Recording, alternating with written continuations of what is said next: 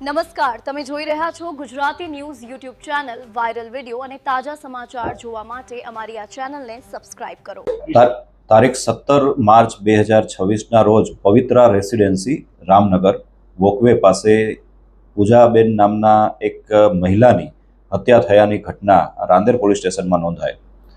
સમગ્ર બનાવ પતિ પત્ની તરીકે રહેતા સરફરાજ અને પૂજાબેન વચ્ચે ઘરકંકાસ ચાલતો અને આ ઘરકંકાસમાં પૂજાબેનના માનીતા ભાઈ પ્રેમ પણ અવારનવાર પૂજાબેન સાથે મુલાકાત કરતા.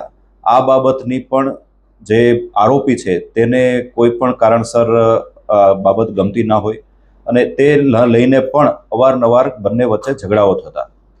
આ ઝઘડાના એક અન્ય સ્વરૂપે તારીખ 17 માર્ચના રોજ ફરિયાદી, મરણ જનાર અને આરોપીની મુલાકાત ઉગત કેનાલ પાસે થયેલ અને બંને વચ્ચે વાતચીત ચાલતી હતી. એ વાતચીત દ્વારા ઉગ્ર સ્વરૂપ ધારણ કરેલું અને ફરિયાદીના સાથે હાજર મરણ જનાર મહિલાના પતિ દ્વારા ઘરમાં વપરાતું ચપ્પુ છાતીના ભાગે મારી અને મહિલાની હત્યા નિપજાવવામાં આવેલ છે.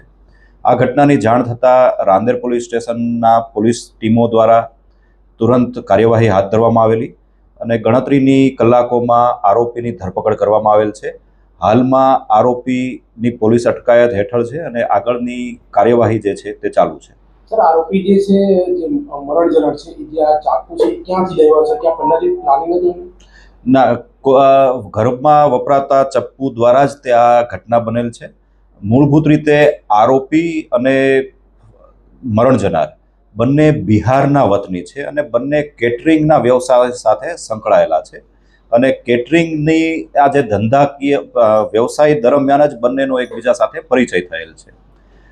ત્યારબાદ બંને દ્વારા પ્રેમ લગ્ન કરવામાં આવેલા અને થોડા કેટલાક સમયથી સોશિયો સર્કલ પાસે બંને મકાન ભાડે રાખી અને રહેણાંક ધરાવતા હતા.